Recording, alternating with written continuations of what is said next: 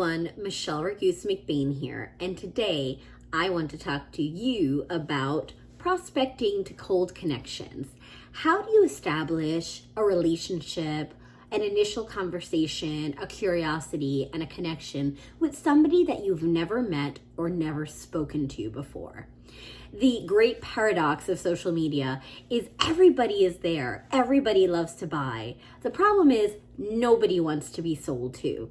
And if you come off very salesy, oozing of just wanting to close a deal, then you will immediately turn off your prospects and connections from wanting to get to know you better or learn more about the amazing products or solutions you provide, which can really help ease their pain points and make their lives easier. But you cannot come off too strong too quickly. So in order to do that, there are 3 do not do this tactics that are so important for you to keep in mind as we get started. First, never, ever, ever, ever, ever start a connection request with a sales pitch, with something, with your link to your company or a hyperlink about something that you want to sell them. It is too much too soon. Okay, so just avoid doing that altogether. Your initial conversation should be engagement and striking up a conversation, having an icebreaker, allowing some curiosity to allow them to want to connect to you.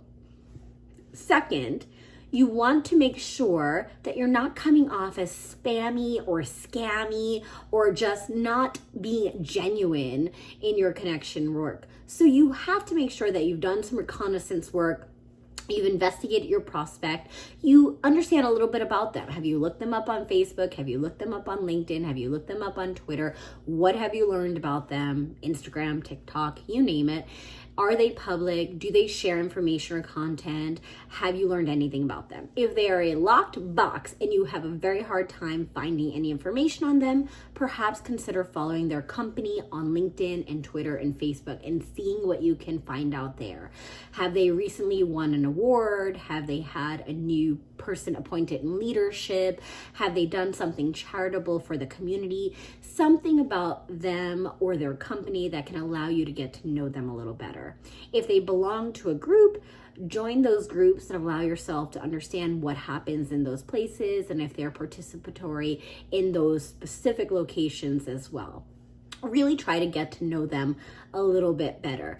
And third, you really want to avoid those long, horrible copy and paste messages that are so generic, so impersonal, so clearly inauthentic that you didn't take the time to personalize a message. You would be better off with a couple short sentences that really get to know them versus a long-winded paragraph that has nothing to do with them. So if you avoid those 3 things, you're already off to a better start. Now, the most important thing in terms of scripts is that you really want to consider, how would you like to be spoken to? What would be something that would allow you to be intrigued enough to engage in a conversation? That's the golden rule when you want to have a conversation or participate with somebody online. If you would not be interested by that, don't assume that they would. Simple enough. There are 3 key things that you want to think about when you reach out to them initially. The first is you want to consider giving them a compliment, something that's really genuine. And secondly, you want to come across with relating to your prospect if you can. And thirdly, you want to ask them a question. So let me give you an example. I am very active in a lot of the CompTIA Advancing Women in Technology communities, the tech interest group that just got started. I used to chair the community. I've sat on the board of CRN's Women in the Channel. I also participate in Tech World's Half. So you want to consider some of the communities that exist in this channel ecosystem and connecting in a like-minded space with like-minded individuals. So if I saw a potential prospect in one of these groups, I can reach out to them and say, Heather, I noticed that we both are in Tech World's Half. I loved your post. about being a working mom and the trials and tribulations of getting back into virtual schooling while still maintaining your role as a mom. I also am a mom. I have two daughters, age 6 and 4, and two grown stepdaughters as well. I know this is a really trying time. I think that your post was so genuine and compassionate and spot on for everything that we're going through, and it really inspired me.